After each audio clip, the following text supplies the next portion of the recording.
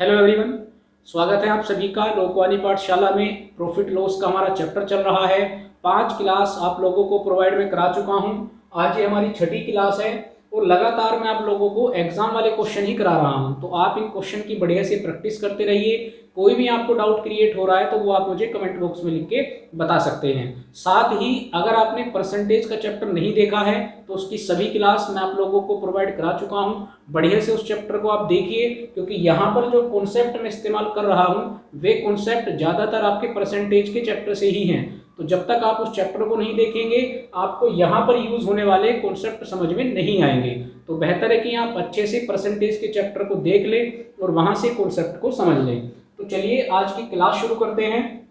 और पहला क्वेश्चन हमारा है, दाल का मूल्य 25% बढ़ जाने से 400 रुपये में 10 किलो दाल कम मिलती है, तो दाल का नया मूल्य प्रति किलोग्राम में ज्ञात कीजिए। भाई ऐसा क्वेश्चन एग्जाम के अंदर कई बार आ चुका है और इस क्वेश्चन को करने में आपको काफ़ी टाइम क्वेश्चन के अंदर पेपर के अंदर लग जाता है। लेकिन मैं आपको ऐसे तरीके से क्वेश्चन कराऊंगा कि आपको बहुत ही कम टाइम लगेगा पेपर के अंदर। साथ ही आप देख सकते हैं कि यहाँ पर आपसे पूछा है दाल का नया मूल्य, तो कभी नया मूल्य पूछता है कभी पुराना मूल्य पूछता है, तो फिर हमें क्वेश्चन को करने में दिक्कत आती है। लेकिन जैसा मैंने आपसे बताया, मैं आपको एक ही तरीके से दोनों रेट निकालने बताऊंगा। आप नया रेट भी निकाल लेंगे और आप पुराने वाला रेट भी निकाल लेंगे। कैसे करना है क्वेश्चन को वापस एक बार पढ़ लेते हैं। दाल का मूल्य 25% बढ़ जाने से, आपको केवल ये प्रतिशत याद रखना है कि कितने प्रतिशत रेट बढ़ा है। तो कहा गया है कि 25% बढ़ जाने से 400 रुपये में 10 किलो दाल कम मिलती है। तो सबसे पहले आप ये लिखिए कि आपको जो दाल कम मिल रही है वो कितने रुपए में मिल रही है। वो 400 रुपये में आपको 10 किलो दाल कम मिल रही है। ठीक है, यानी आप जब पहले बाजार जाते थे तो आपको ये 10 किलो दाल कम नहीं मिलती थी, ये आपको ज़्यादा मिलती थी। अब ये कम क्यों मिल रही है? तो कम इसलिए मिल रही है क्योंकि क्या हो चुका है, रेट बढ़ चुका है, दाल का मूल्य 25% बढ़ गया। और ये कॉन्सेप्ट मैंने आपको बताया था कि जो रेट होता है और जो वस्तु होती है वो एक दूसरे के अपोजिट होते हैं। अगर एक बढ़ेगा तो दूसरा घटेगा। ये बात मैंने आपको पिछली क्लास में बता रखी है।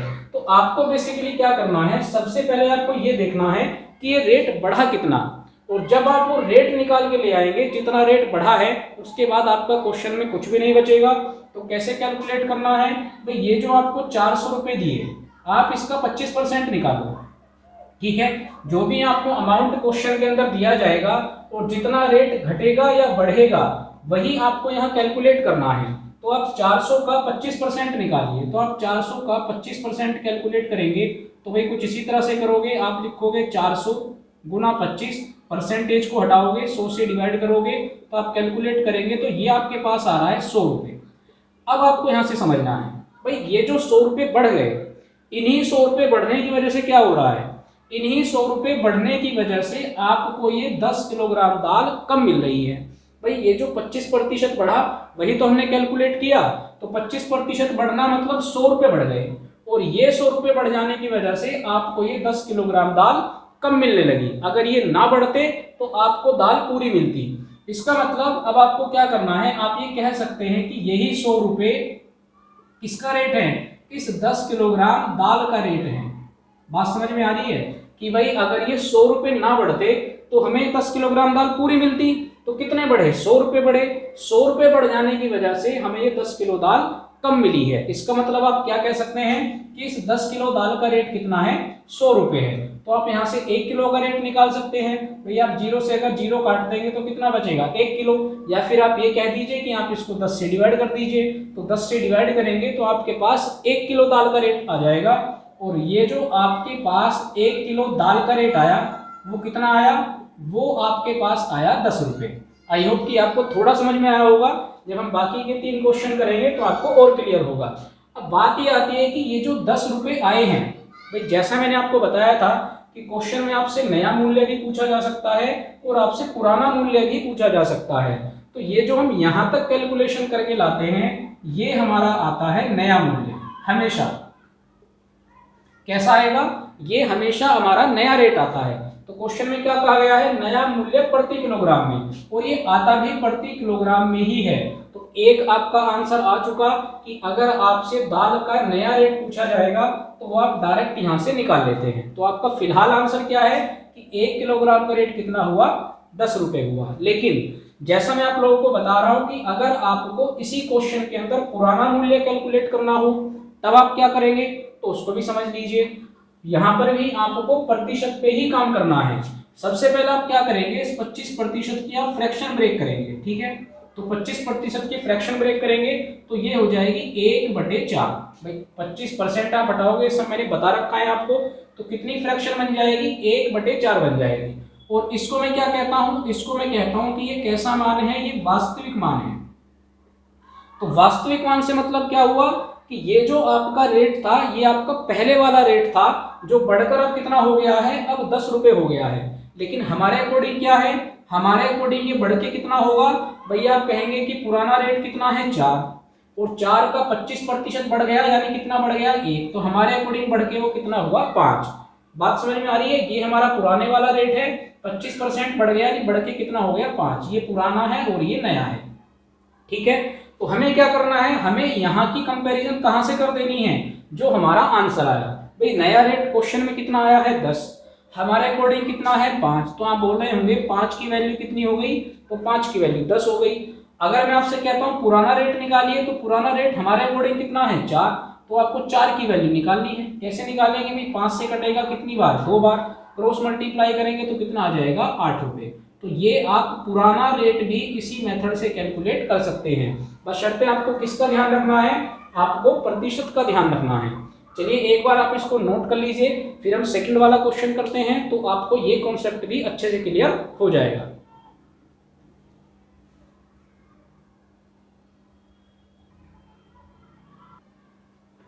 चलिए दूसरा क्वेश्चन देखते हैं।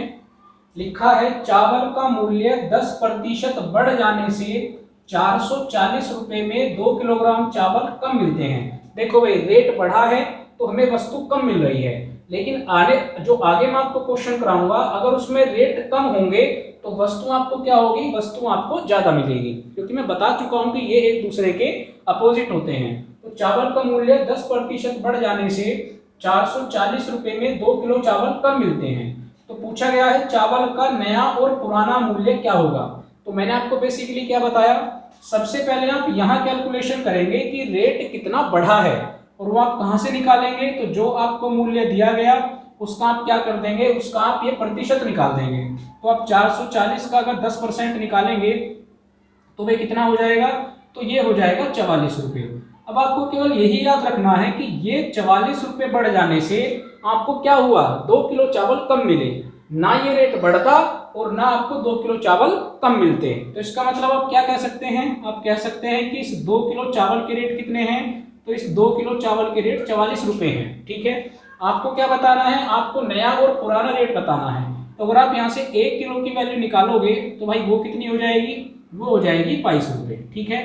तो ये आपका एक आंसर आ चुका, और ये आपका कैसा मूल्य आया, ये आपका नया मूल्य आया। इस बात का आप याद रखें कि यहाँ की कैलकुलेशन करने के बाद आप नया रेट निकालते हैं, ठीक है। अब आपको क्या निकालना है, अब आपको निकालना है पुराना मूल्य। तो वो कैसे निकलेगा, वापस अपनी परसेंटेज पे जाना है और इसकी फ्रैक्शन को आपको ब्रेक कर देना है। भाई 10% की अगर फ्रैक्शन ब्रेक करेंगे तो वो कितनी हो जाएगी, 1/10। और ये क्या है, ये आपका पुराना मूल्य है, यानी ये आपका वास्तविक मान है, यहीं से तो बढ़ा है। तो आप बोल रहे होंगे कि पहले कितना था 10 और बढ़ के कितना हो गया, तो 10 का 10% बढ़ना यानी 1 बढ़ना, तो कितना हो गया 11, ठीक है। आपके पास यही वाला रेट तो आया है क्योंकि ये नए वाला रेट है, यही आपके पास आया है, यानी आपके पास 11 का मान कितना है, तो आप बोल रहे होंगे 11 का मान है मेरे पास 22, जो हम निकाल के लाए हैं। आपको पुराना रेट भी निकालना है, यानी आपको 10 की वैल्यू निकालनी है। तो कैलकुलेट कर लीजिए भाई कितनी बार कटेगा, 2 बार, 10 से मल्टीप्लाई करेंगे तो कितना आ रहा है 20 रुपये। बात समझ में आई, तो ये आपका क्या हो जाएगा, ये आपका पुराने वाला रेट हो जाएगा। चलिए तीसरा क्वेश्चन कर लेते हैं।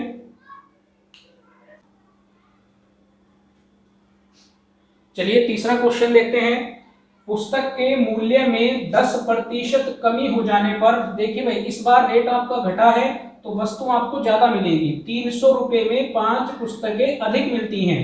तो एक पुस्तक का पुराना मूल्य आपको बताना है। ठीक है, कैसे करेंगे भाई? सबसे पहले आपको वही काम करना है जो आपको रेट दिया गया है उसकी आप परसेंटेज निकालेंगे। तो 10% अगर मैं कैलकुलेट करता हूं तो ये कितना आता है? तो ये आता है 30 रुपये। यानी ये 30 रुपये कम हो जाने से आपको कितनी पुस्तकें ज्यादा मिली? तो आपको 5 पुस्तकें अधिक मिली। ठीक है, तो आप ये बोल सकते हैं कि 5 किताबों का रेट कितना है? 30 है।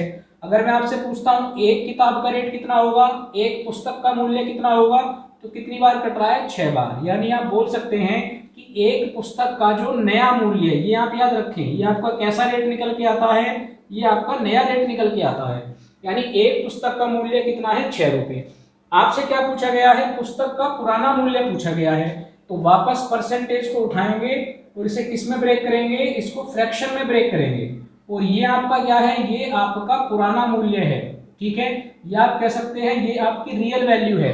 भाई यहीं से तो घटा या बढ़ा, तो पहले कितना था? 10, अब कितना कम हो गया? तो 10 का 10% यानी 1। तो अब कितना हो गया? अब 9 हो गया। और इसी 9 का मान हम कितना निकाल के लाए हैं? 6। तो आप बोल रहे होंगे भाई 9 की वैल्यू कितनी है? 6 है। हमें अब कितने का मान निकालना है? 10 का मान निकालना है। तो ओल्ड वाली वैल्यू निकालनी है, उसको आप O मान लीजिए। क्रॉस मल्टीप्लाई करेंगे तो O गुना 9, भाई ये O है। ठीक है, O गुना 9 और ये कितना आ रहा है? 60 आ रहा है। 10 6 60। आपको इस O का मान निकालना है तो 60 को आप 9 से डिवाइड कर दीजिए। तो कैलकुलेट करेंगे ये कटेगा लगभग 9 को, अगर हम 9 से अगर हम 60 को भाग देंगे तो ये वैल्यू आपकी ऐसी ही चलती रहेगी 6.6। यही वैल्यू आपकी बार बार वापस आती रहेगी। तो इसका मतलब क्या है? लगभग जो आपका पुराने वाला पुस्तक का मूल्य था वो कितना था? 6.6 रुपये लगभग था। ये एग्जैक्ट नहीं कट रहा है। ठीक है, चलिए लास्ट क्वेश्चन देख लेते हैं। चलिए फोर्थ क्वेश्चन देखते हैं। चीनी की कीमत में 10% कमी होने पर 225 रुपये में 25 किलोग्राम चीनी अधिक मिलती है। 225 रुपये में 25 किलोग्राम चीनी अधिक मिलती है, तो चीनी का नया मूल्य क्या होगा? तो भाई हमें बार बार केवल एक ही कैलकुलेशन करनी है। सबसे पहले आप ये पता लगाइए कि रेट कितना कम हुआ है। तो आप 225 का अगर 10% निकालेंगे तो एक जीरो से एक जीरो कैंसिल आउट हो जाएगी। और अगर आप इससे काटेंगे तो ये कटेगा 22.5 बार। भाई ये जीरो हटेगी तो ऊपर एक पॉइंट बढ़ जाएगा। यानी 22.5 रुपये कम हो जाने की वजह से आपको क्या हुआ? आपको 25 किलोग्राम चीनी अधिक मिल गई है। तो आप बोल सकते हैं कि 25 किलोग्राम चीनी का जो रेट है वो कितना है? 22.5। बहुत सस्ती है। ठीक है, तो 25 किलोग्राम चीनी का रेट 22.5 है। आपको क्या निकालना है? आपको 1 किलोग्राम चीनी का रेट निकालना है। तो आप 22.5 को 25 से डिवाइड करेंगे तो ये आपका कटेगा 0.90 बार या केवल 0.9 बार।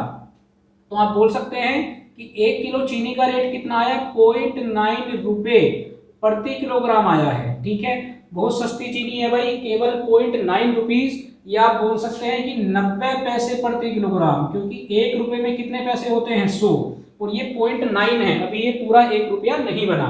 यानी 90 पैसे प्रति किलोग्राम क्या है? ये आपके चीनी का नया रेट है। ठीक है, आपसे अगर पूछा जाए कि पुराना रेट क्या होगा तो आप कैलकुलेशन कर सकते हैं। भाई 10% की फ्रैक्शन ब्रेक कर लेंगे तो ये कितनी बन जाएगी? 1/10। यानी आप बोल सकते हैं कि पहले रेट 10 था, अब कितना हो गया? 9, क्योंकि रेट घट रहा है।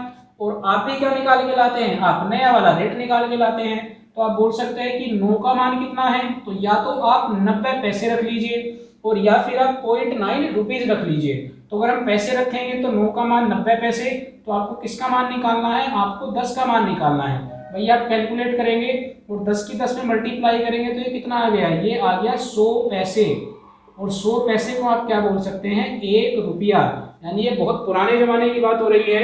1 रुपये में कहाँ मिलेगी भाई 1 किलो चीनी? ठीक है, तो आज के रेट काफी बढ़ चुके हैं, लेकिन हमें क्वेश्चन के अकॉर्डिंग चलना है। यानी 1 रुपया हमारा क्या था? ये हमारा पुराना मूल्य था 1 किलो चीनी का, और नया रेट निकल के कितना आया? तो ये हमारा आया है 90 पैसे प्रति किलोग्राम। या जैसा मैंने बताया, हो सकता है कि आपको ये आंसर अपने बुक के अंदर मिल जाए। चलिए भाई, फिलहाल आज की क्लास भी हमारी कंप्लीट होती है। 4 क्वेश्चन मैंने आप लोगों को एग्जाम वाले करा दिए और जो मैंने आपको ये पहला क्वेश्चन कराया है ये एमटीएस में तो आया हुआ है ही, लेकिन फिलहाल जो एसएससी जीडी के एग्जाम चल रहे हैं उसके अंदर भी ये क्वेश्चन आया है। तो ऐसे क्वेश्चन की आप बढ़िया से प्रैक्टिस करते रहिए, आपकी बुक में ऐसे काफ़ी क्वेश्चन आप लोगों को मिल जाएंगे। तो बढ़िया से पढ़िए, मेहनत कीजिए, और जैसा मैं आपको बार बार कह रहा हूँ कोई भी डाउट आप लोगों को आ रहा है तो वो आप मुझे कमेंट बॉक्स में लिख के बता सकते हैं। तो फिलहाल के लिए इतना ही है भाई, बढ़िया से पढ़िए, मेहनत कीजिए। Thank you.